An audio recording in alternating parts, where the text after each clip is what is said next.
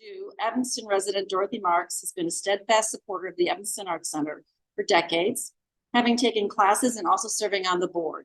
She's been very generous and with her time and her talent and her treasure. And she also today is donating her honorarium back to the Art Center. Thank you, Dorothy. She's a Chicago-based writer, screenwriter, and producer. She's passionate about the conservation and repurposing of beautiful historic architecture. She earned her MFA in screenwriting after studying journalism. Early in her career, she worked with preservationists in Chicago to conserve and repurpose historic movie palaces, which could be a whole nother lecture. I would love that one too. A headline about the shuttering of French bakeries inspired Dorothy to write her 2022 debut novel, Les Beaux Chateaux, and it was featured as #1 on Amazon's historical French fiction bestseller list. So I didn't even know there was such a thing, but thank you to Dorothy for pointing it. Now I have just a plethora of books to read. Dorothy's goal is to intrigue readers with fresh news from the past. And hopefully we'll see this as a mini series soon. I'm not sure what role I can play, but I know it has something to do with the art auction for sure. Anyway, welcome Dorothy, and please take this meeting. Thank you so much. Art auction thing was a sad thing. Thank you. All friends, thank you guys so much for coming. Feels very, it feels great to be here at the Art Center. Like Paula said, I've been part of the Art Center community for a long time. It feels, can you hear me? No? No? They have a microphone. I guess I need it after all. Sorry. I didn't think I would. Thought it was a big mouth. I will. But at any rate, I've been part of the Art Center community for a long, long time, and it feels like home to be here. So I kept thinking all day I wasn't going to be nervous because it's the Art Center, and I'm always at the Art Center. Can you hear me now? Yes. Okay, that's a little. And like Paula said, I was on the board for a long time, and now my sister and I, Elise, who's not here today, come every Wednesday for ceramics, which is terrific. And I think just a word of thanks to Paula, who always makes the Art Center very accessible, approachable, and close to the community. So there's that. Thank you, Paula. She's busy. Paula asked me to talk about the sort of DIY aspect of my book, that I wrote it and self-published, which is, I don't think it's a new phenomenon. I think people have been doing it for a long, long time, but there's a sort of a new-ish aspect of it, in that people before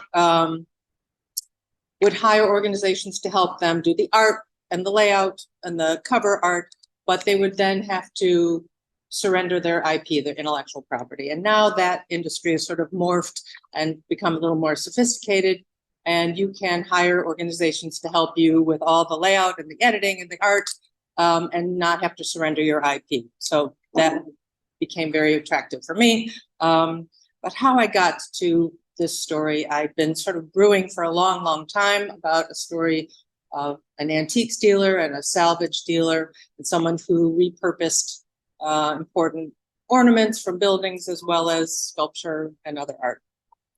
And when COVID happened, just like everybody, we were just at home, and something I had been, like I said, stewing for a long time, just sat down and was able to really write.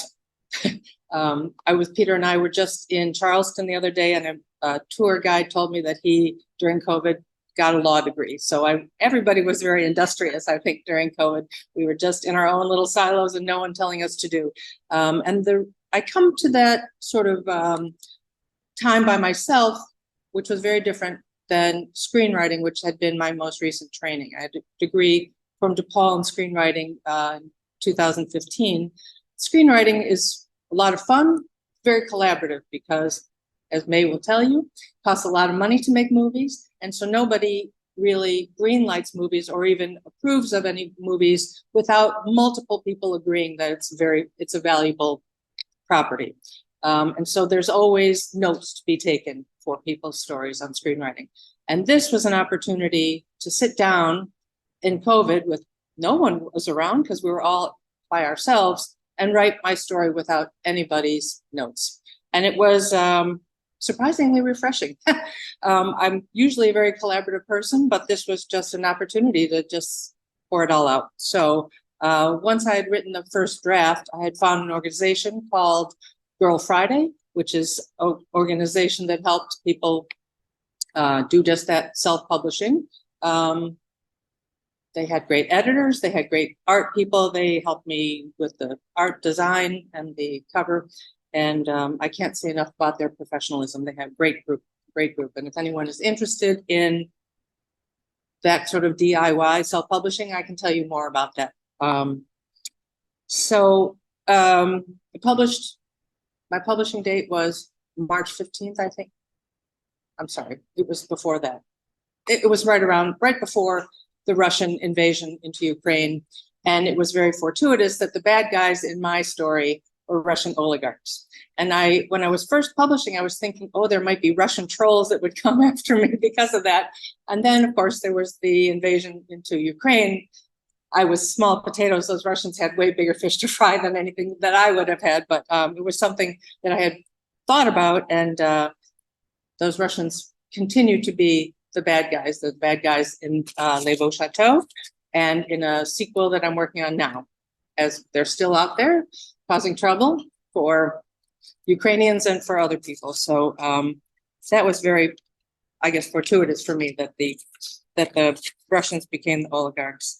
In this first book that I wrote, the Les Beaux Chateaux, I was very undisciplined. I just sort of sat down and wrote. I didn't have an outline. I didn't know where it was going. Sometimes Susan and I would go out bike riding, and an idea would come to me, and we'd run home, and I'd dash it off. It was very free flowing, and that was comfortable for that book. But now I'm on the sequel, and I'm working much more in an organized, I hope, and disciplined way. In that, I'm working with an app called Scrivener, if anyone has worked with that, and it really gives you specific ideas about each character's full arc and how they work together, and helps you keep all your notes in one place, which for me was a bit of a problem. So I'm glad to have that.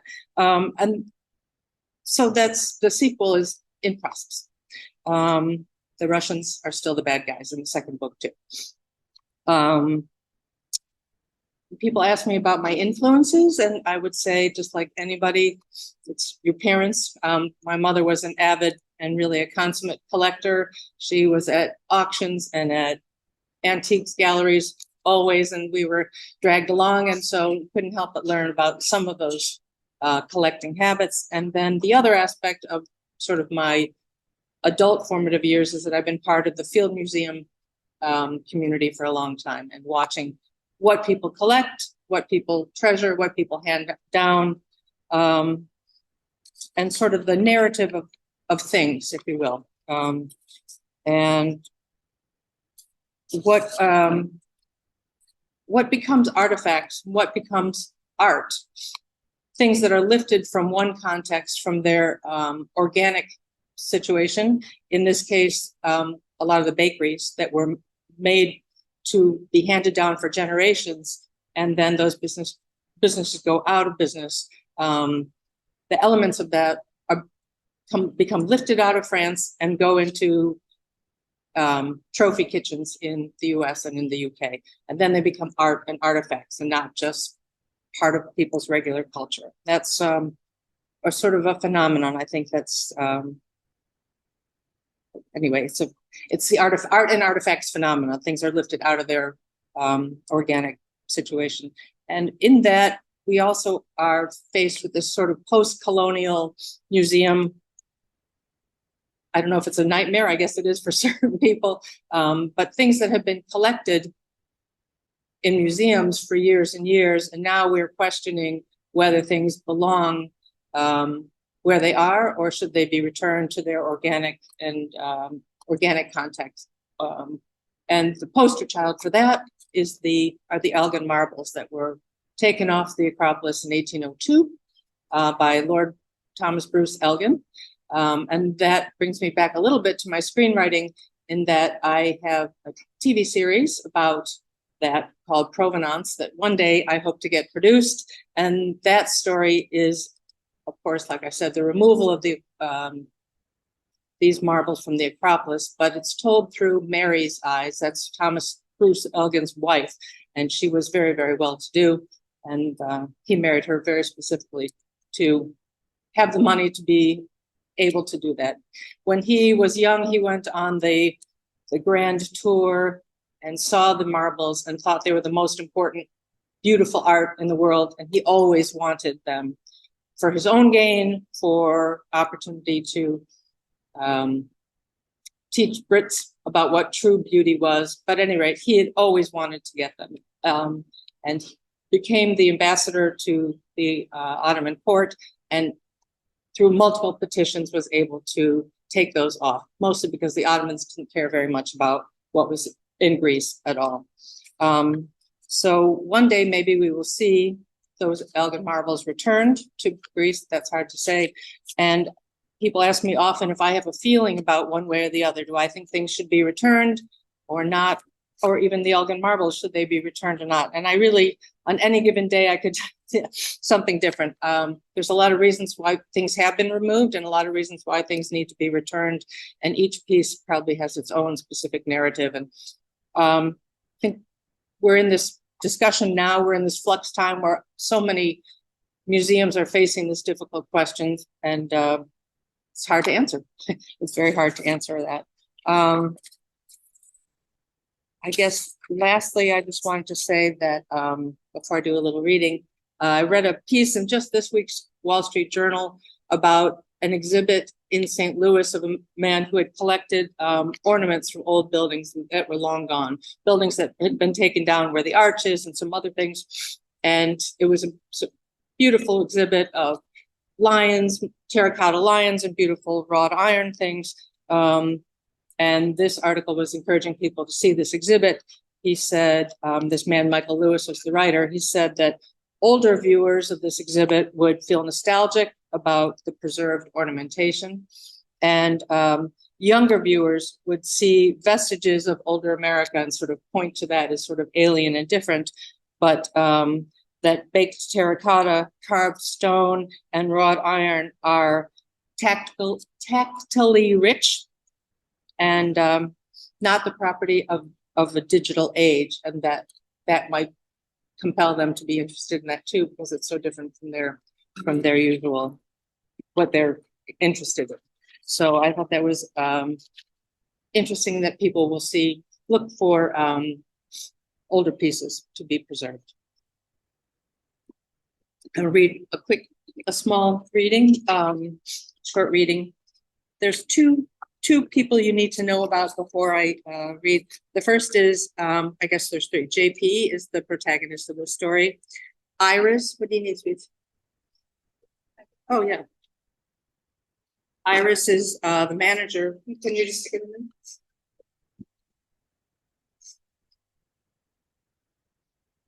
Yeah, that's good. Thanks. Iris is the manager of his store, and Dolly is, of course, his dog.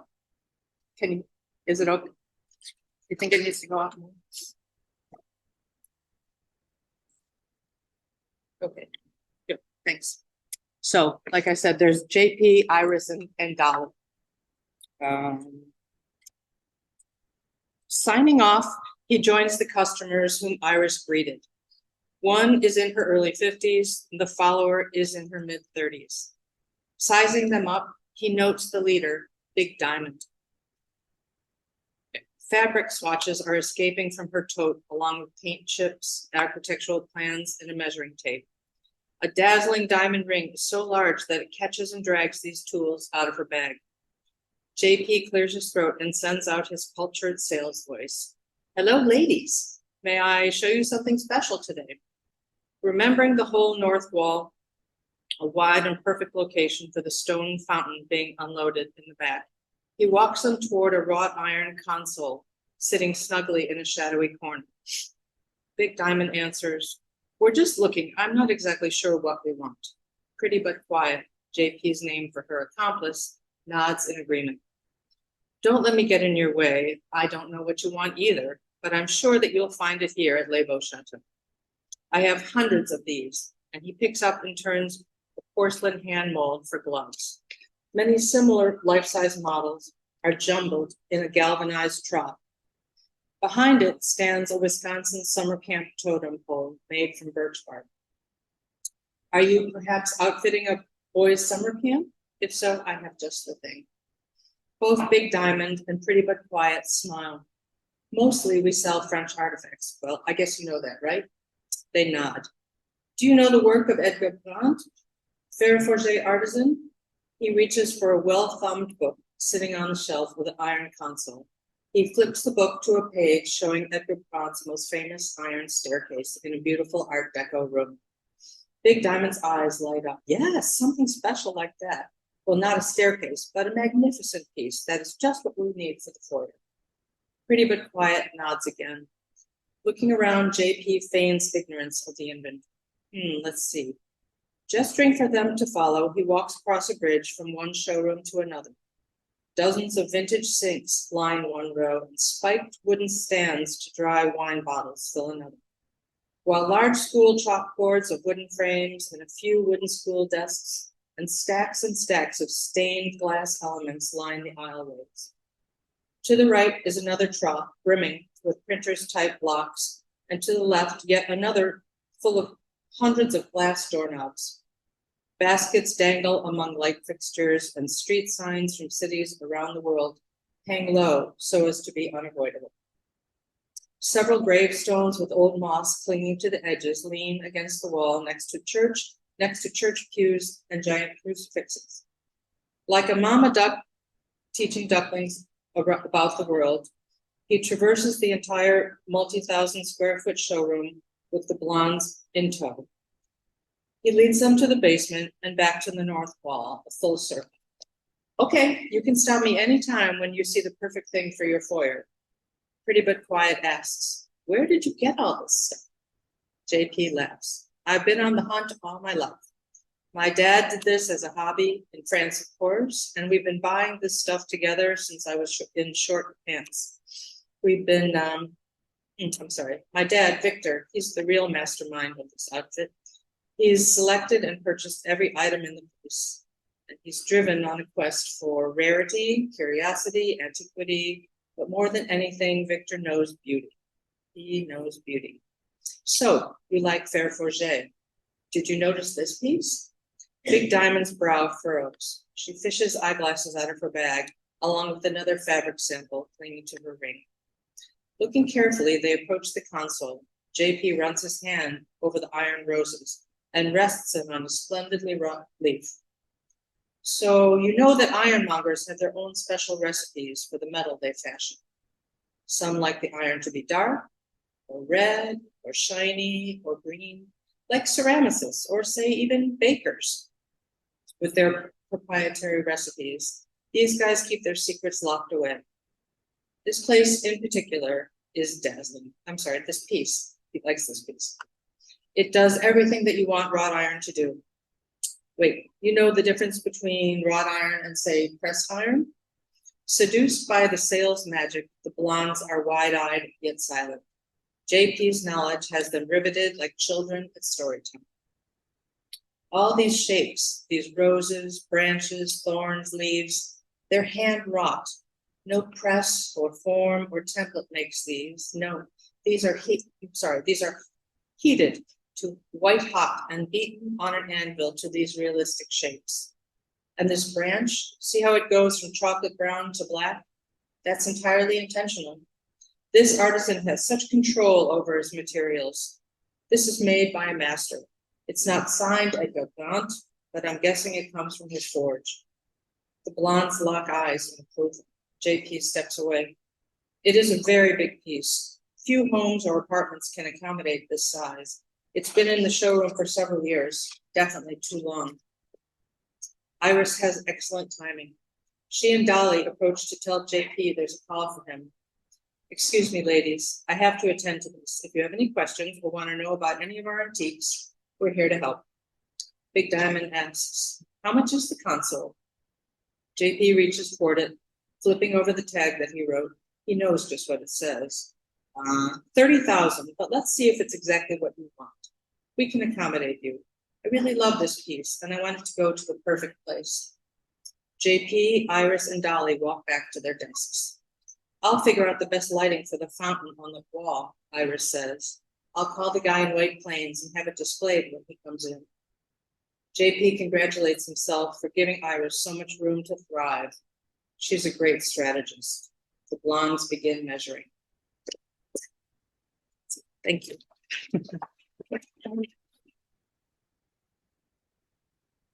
So, I'm not sure if I covered most everything that Paula thought I should talk about in the front end, but if you have any questions about the book or how I wrote it or anything else, I'm here. Actually, well, like I said, I was been thinking about these guys for a long time, and people who sell antiques, people who care about them, can be snobby. They can be very forthright. They protect their taste, I would say. But this guy, JP, hires this woman, Iris, because he thinks that she's a very good salesperson, and he's French, and he's worried that he doesn't really understand American culture that well. So he relies on her tremendously to be a good salesperson and set the culture right in his store.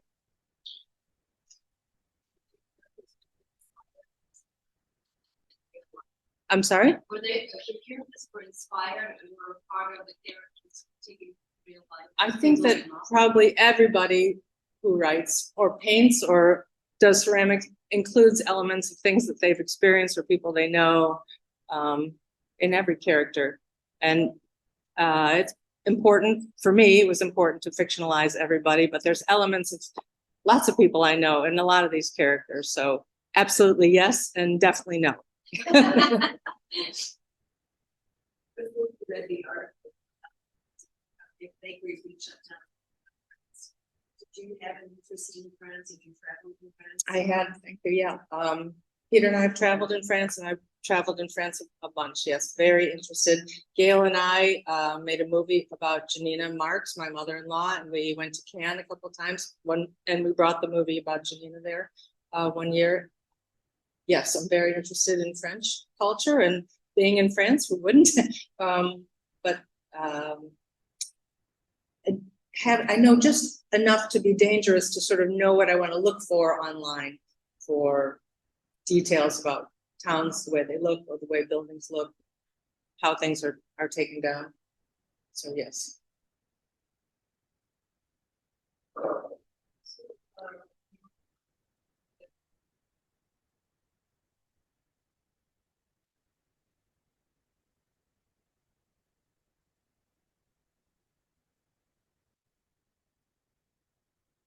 Yes, there's it was, I believe Sandy Furrow turned me on to a New Yorker article that was extensive about the work that bakers do and what it takes to bake bread consistently. How hard it is, how tedious it is, how repetitive it is, and how devoted bakers have to be. And that combined with just sort of modernism and what happened to ancient towns that had these old high streets that would have a baker, a butcher, a greengrocer, and everybody would meet and socialize there. And as soon as one of those elements closes, the whole town goes. So those bakeries really become the anchor and that really sort of tied everything together for me. When I read that, I sort of knew what the characters would coalesce around. Before that, I had ideas about what the characters, who they were, but exactly what they would do and why they would meet, I didn't know. So that was good. I read recently there's a competition for the best baguette in France every year, and this year a man from Sri Lanka won. So you get if you win this grand prize, you get to be the supplier of baguettes to the premier and other people high in government. You get to sell them or give them your bread all for an entire year. This gentleman, this Sri Lankan, never was asked to have his picture taken with Macron. Nobody in the government publicized it at all. That character is going to be in my sequel, actually. He says, I don't fight with my dough like many French people I know. I love my dough and I love baking. And he says, and I love being in France. And I do work that French people don't. So I'm sure as Americans, we can understand some of those feelings too. Immigrants come and do work that Americans no longer want to do, and French people have the similar problems. So are the people, oligarchs, actually raiding the countryside? They were. I think they were. There's a lot of reason to park money outside of Russia, and it was easy to tip those towns. You come and buy up one house or buy a front door from one house, and then everybody feels worried about what will happen to them if they're the last ones to sell. So I would say a lot of these older villages with young people gone and maybe a bakery closed, their oligarchs definitely come in and tip towns. And maybe things have quieted down now because most of the oligarchs that would have had money to hide, maybe they've been quieted down or they're hiding in secret now. We don't know exactly where all the money is, but or the ones with the yachts, or the ones with multiple villages that they would have owned or redeveloped. Maybe all that's behind. That was in the early aughts, I think. But I think that's now everyone's sort of underground. Anya can probably tell us more about that than I can. But yeah, yeah, I think that there's definitely doing that.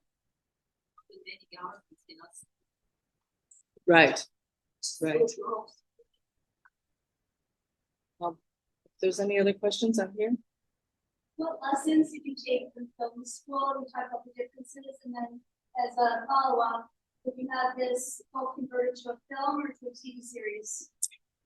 Oh, there's a question. But well, in film writing school, though I've been a reader and a storyteller, I thought for a long time, the basics of storytelling from screenwriting, that there's a first act, second act, and third act, and every single character has to have a full arc. They make a full metamorphosis from who they are to who they become after whatever changed them.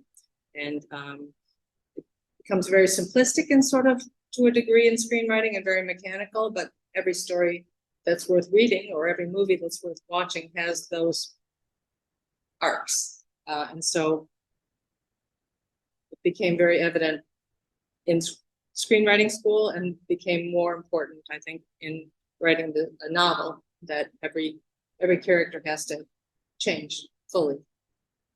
And when I make this a TV, sure, let's find a TV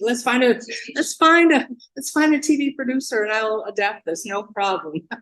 I don't think it's quite a TV series. I don't think it's quite long enough. I think it could be a great 90-minute movie. Sure, I'd love to do it. Right there, right. There you go. There you go.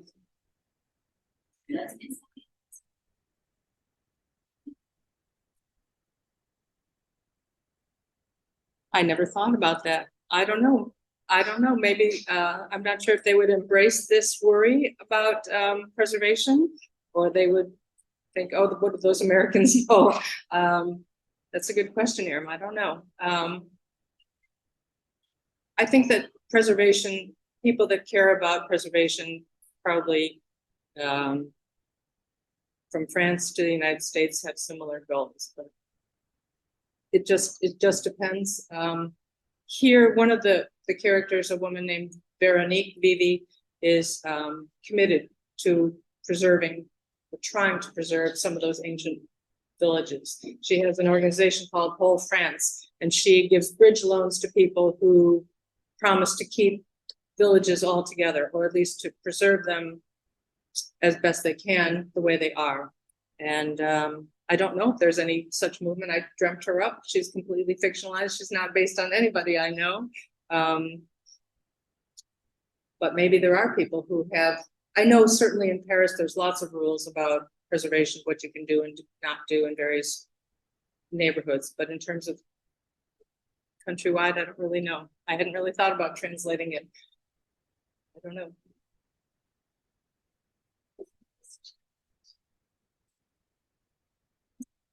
I think the ending, and that was in part because I was very undisciplined about just writing it. I really didn't know where the characters would go. I had in mind the characters and they sort of plodded along. I think the ending could be tighter, could be different, could be a little more thought out now that I've finished with it and it's too late to do it. Yeah, I think the hardest part is deciding where does it end? Why does it end there? And the characters finish their path, their arc. So yeah, I think that the hardest part is deciding where it ends.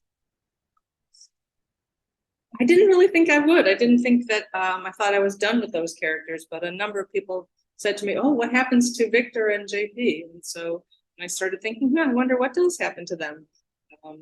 And the more I think about true title, who owns what and what is cultural patrimony and where does it belong, the more I decided that further exploration of that question could go into a narrative. So that's why.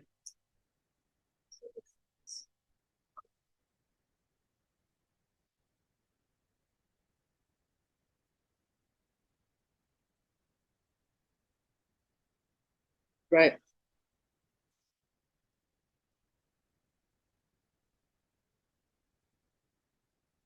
I did. This Girl Friday organization, it's a really crackerjack group. It's a group of all women. It's started by all women who had been in corporate publishing. And they're born during COVID, so they have editors and proofreaders and all kinds of elements that go into publishing a book. Women are all over the country, but they are sort of part of this group called Girl Friday. And there are two different kinds of edits. The first one was for flow and does it all make sense? And the second was asking why this reason, why that character did this, and pushing back a bit about how each character went. And so, yes, it was Girl Friday, and they are a very sophisticated group. There's all kinds of levels of which you can hire them. You can hire them just to publish it for you. And all the really important parts of selling is those barcodes, of course, because that's what helps you get into other bookstores and into Amazon and to Barnes and Noble and those things. So they have all the various ways of entry that I would never have known what it takes to do. Girl Friday has all those boilerplates set up. So not only could you just buy that sort of aspect of them, they can give you all kinds of different edits and then help you with the art direction as well. It's really what you feel like you have expertise in and want to pay or not and have to pay for it. So I think there's other organizations too. There's a well-known one called She Press that does this work, but it takes years to get into them. So I was ready after I'd written this draft, I was ready to go. So Girl Friday was a little bit more ready for me. But I would like to work with them again. Actually, it was Susan Farrow had been to a reading with a woman named Carol Orange, who's a Chicago writer. And she wrote a book called The Discerning Eye. Susan said to me, "Oh, you ought to read this book." I read this book and I really liked it. And I saw that she had her own logo. And I called her up and she said, "Oh, yes, I've got this group called Girl Friday." So it was through Carol Orange, sort of course, it's always networking and who you know, how you meet someone that they advise you. And it was through Carol Orange that I found Girl Friday. They're kind of a low-key group, but I think they're very professional. I really like working with them. I think that's all. Yeah. Well, now that you know the books here,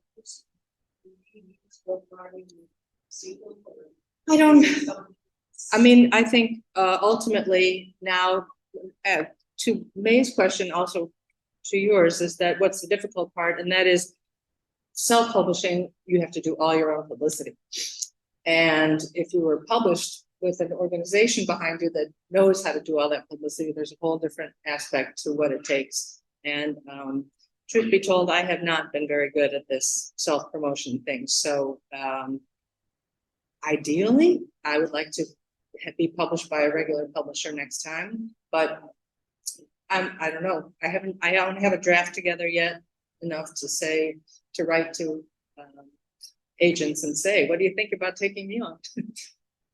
But that's what it takes. You need an agent, and they're not easy either. It's kind of a, we don't see nobody sent, right? You got to be sent by somebody. So tricky business.